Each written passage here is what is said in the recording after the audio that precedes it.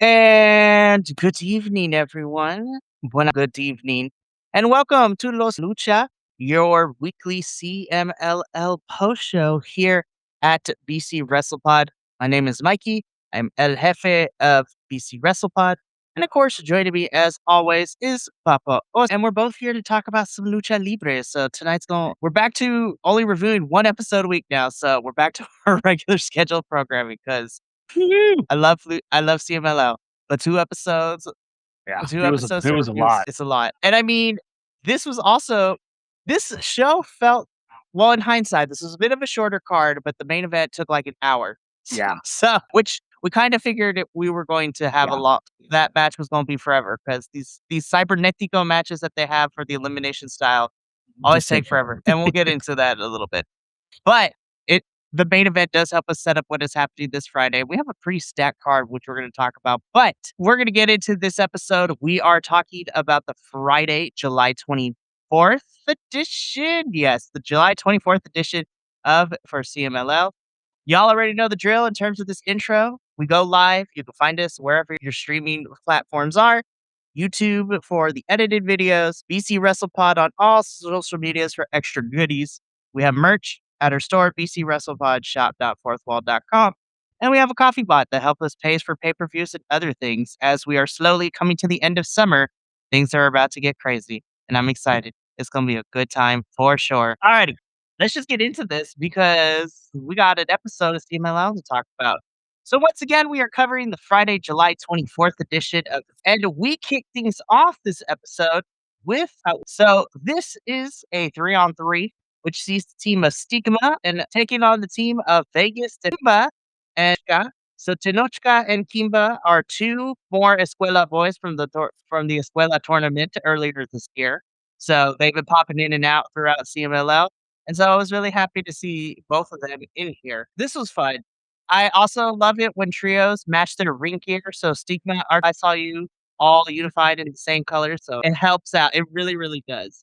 God, But yeah, yeah, it does. it's like you guys are a unit. I need you to see it. I need to see that you're a unit.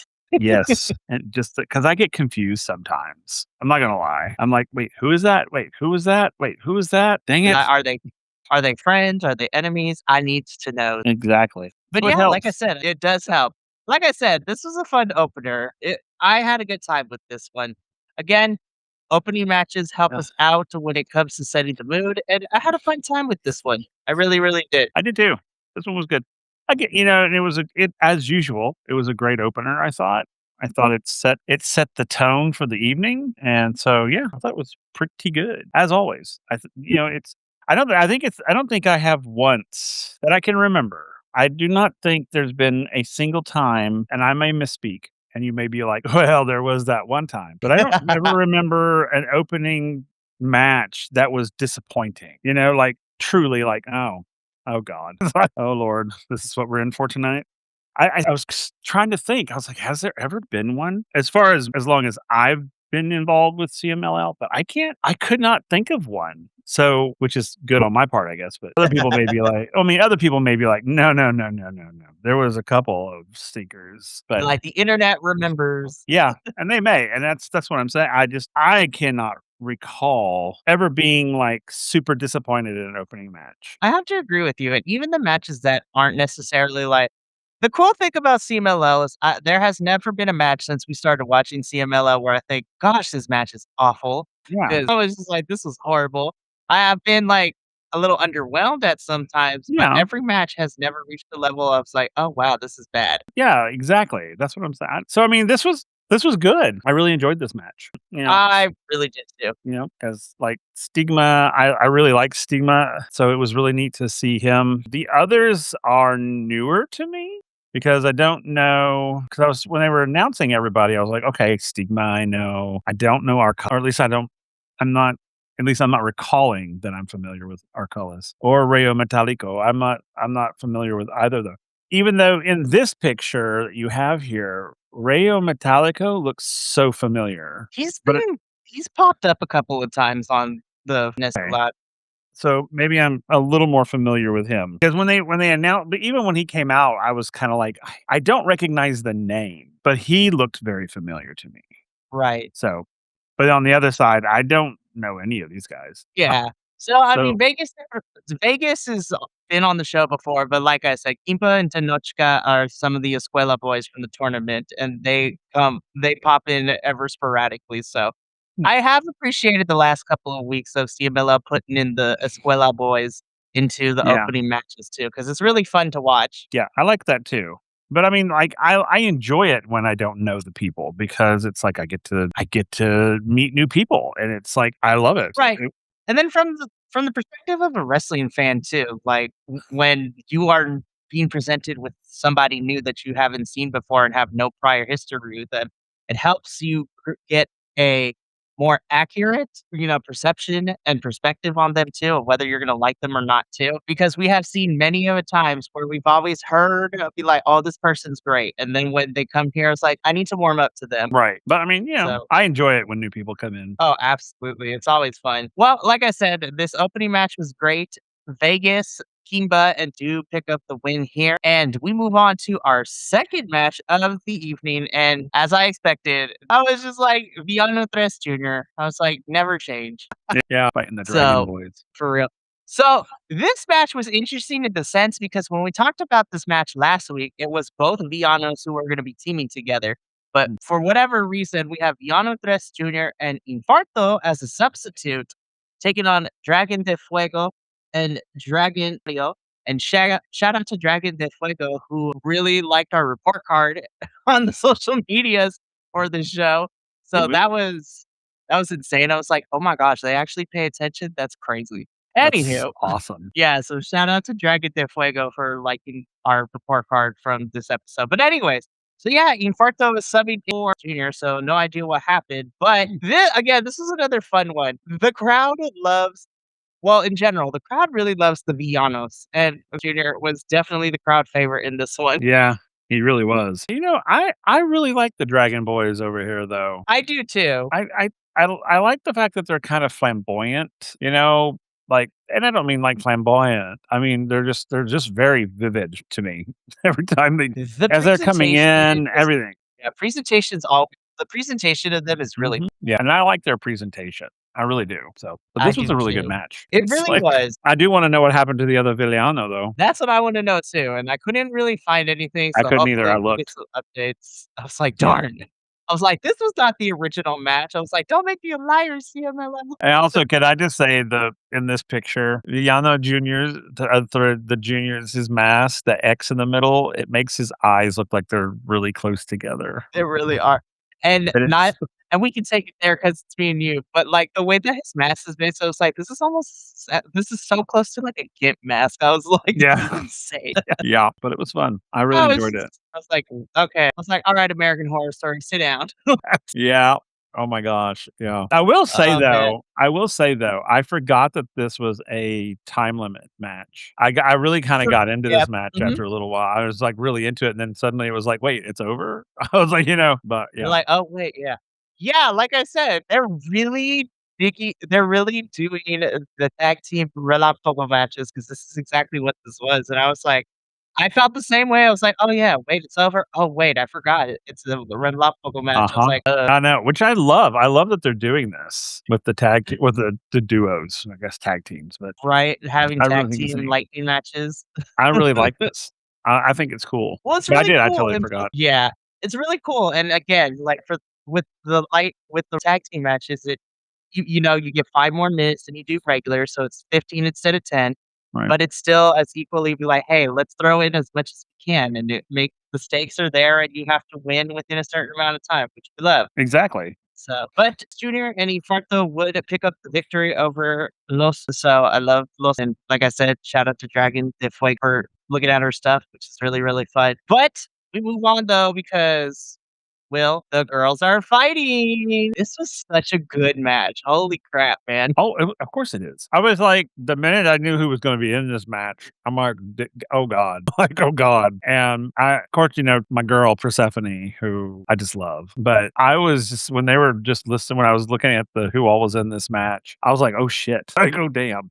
All right. All right, all right, Yeah, girls. they've really done a good job of like having some really stacked teams over the last couple of weeks because at the forefront of this is Tessa and Persephone, whom are going to be going at it. Tessa is challenging Persephone this Friday for the CMLL Women's Championship and stuff. Over the last month, they've been going at it in 3-on-3 action, which has been really fun. And the women that they have been subbing in and out for Tessa and Persephone's team have been great. This was no exception because you have the team of Tessa Blanchard, Scotty, and taking on Persephone, Reina Isis, and Keira. Which again, Tessa and Persephone going at it. You got Scotty and Reina Isis for like the muscle. And then also Gara Negra and Keira have been fighting each other since they got here like a couple months ago too, which has been really fun. Oh yeah. The match rules, I really like this one. This is again, I really enjoy seeing Scotty in the ring, and I feel like not to say she was bad before, but like she's really improved a lot, and She has. like CMLL really loves her too. I was like, yes, I'd make way for the big girl. Like, Well, the thing about it is it's like, I mean, she grew. I mean, that's, as a performer, quote unquote, that's your goal is to grow. And I think, and again, it wasn't that she was bad at the beginning. She gained all that experience, working with all these amazing women to where she got to where she's at. So yeah, I mean, having seen her from when I started to now, it's like night and day. So yeah, so go Scotty for sure. I mean, she's grown a lot, and I love it. I love seeing it. yeah, and it's again also too like Gata Negra and Keita are still fairly new to the roster, but they fit in really well. Reina is They also do. really good. But like I said, the Amazonas never disappoint. This match was really fun. Tessa, Scotty, and Gata Negra win here. But the real talking point, well, because the match was awesome, but the cherry on top was what happened afterwards. Because Tessa immediately gets in Persephone's face, because they got the match coming up this Friday, and Persephone just doesn't even wait. She just pounces and they begin to just brawl. I was just like, the girls are literally Love fighting. it. I'm so ready for this intensity to be in their match this Friday. I'm Me ready for it. Oh, me too. Me too. So more on that when we preview this Friday's episode because this Friday's episode is stacked. So Yeah. it's gonna be some good stuff. But we gotta keep it going though, because afterwards we get into our semi-main event, which these boys have been fighting for what seems like forever, but it seems that this was the finale to this feud. But Dragon Jr. versus Nadio. This is the grand finale of their feud that So has been happening between them the last couple of months. And honestly, this was probably my favorite match between them yeah, since they started feuding that back at the yeah. beginning of June. Yeah, I agree. Well, I mean, I would hope it would be, it's like, yeah, you want the last match to be your ultimate match. So, it would have sucked if like the match prior to this was better than this one. It's like, but no, this one was great. And of course, Barbaro out here looking scrumptious. I don't know what the hell's going on with that, but he's got that spice and everything's nice. It's like, oh, well, hello there. I didn't see you I before. know, exactly. It's like, hello, have we met before? No. Oh, man. But like I said before, they've been feuding since Yep. June, but this definitely was the culmination Yeah. of everything. And this was really great stuff. And, one-on-one, no shenanigans. Dragon Rojo Jr. finally is able to beat Bob one-on-one. And then hopefully that means that both of them will be moving on to whatever's next for them. But honestly, this has been a pretty fun summer feud and this match really was the culmination of the summer. And Yeah. again, really fun stuff. Really fun stuff. Yeah, agreed. Now, let's get into the meat and potatoes now. Woo! Okay. Yeah. So, as we already figured out, this last match was going to be the last hour of the whole entire show. But we got our single elimination style cybernetico for the 2026 La Plata. So, the big tournament here that happens every year at CMLL leading into the Grand Prix. But this is 10 men and the final two will go on to face each other in the finals of the Leyenda de Plata this Friday. But in our Torneo Cybernetic, we had the following 10 men. We had Titan, Tempada, Angel, Volador Jr., Maya Jr., AEW's Commander, Capi, and Junior. And I'm just like, when we talked about this last week, I was like, oh, this is like no gravity exists. No gravity existed this whole entire match. Good lord. Yeah, that is so true. I was like, did anyone even touch the ground? Just a whole hour. Because usually, like, they start out slow and then they step on the gas. This felt like they stepped on the gas and didn't let up. And Yep. even after the match, we're gonna talk about, like, Mascara and Commander were ready to still fight. Like, Yeah, they were. Commander got excited. He got too excited. Oh god. This was like one of those, and I love this event that they do, this sort of tornado thing, because it's so neat to watch each of them use their styles to achieve their goal, to get to the end. So we get to see individual styles against other individual styles. And I just really love this type of match. It's super fun. But it gets crazy. It can get crazy. We all know that. But I really, really, really, really enjoyed this style of elimination type match. I think it's so neat. I kind of wish they would do this sort of thing more here in America, Western style, like this, the way they do it. I just love, Right. You I just love have this. yeah. I think it works here and there because all of them are luchadores, so they can easily do crazy stuff. I would love to see this in the States. The only problem I would foresee is because so many different wrestlers have so many different wrestling styles, but honestly, you can tweak it to where you could still make it work. Like, it would be great.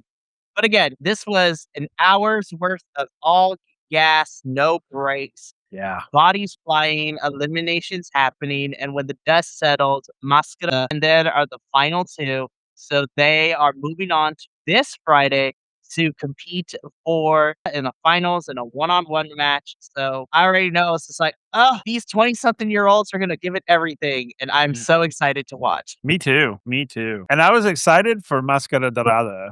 I mean Commander too, but I didn't. I wasn't. I was a little surprised that Commander was the other one.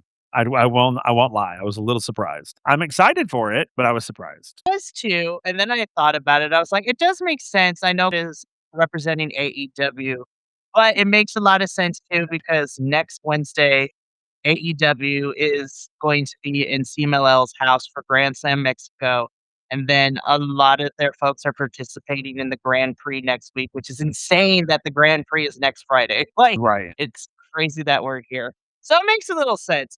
And that kind of is the trend too when we preview this Friday's episode, because there's a lot of crossover. We got a lot of Grand Prix participants participating in matches this Friday. So let's get into that, shall we? Because this is a stacked card for this Friday because we have 7 matches for this Friday. And I'm just sitting here and I'm just like, oh, we are about to get into some craziness. They really did decide to be like, hey, we're gonna load up the card. We're gonna have, previews of some of our participants, the Grand Prix coming up. So why not?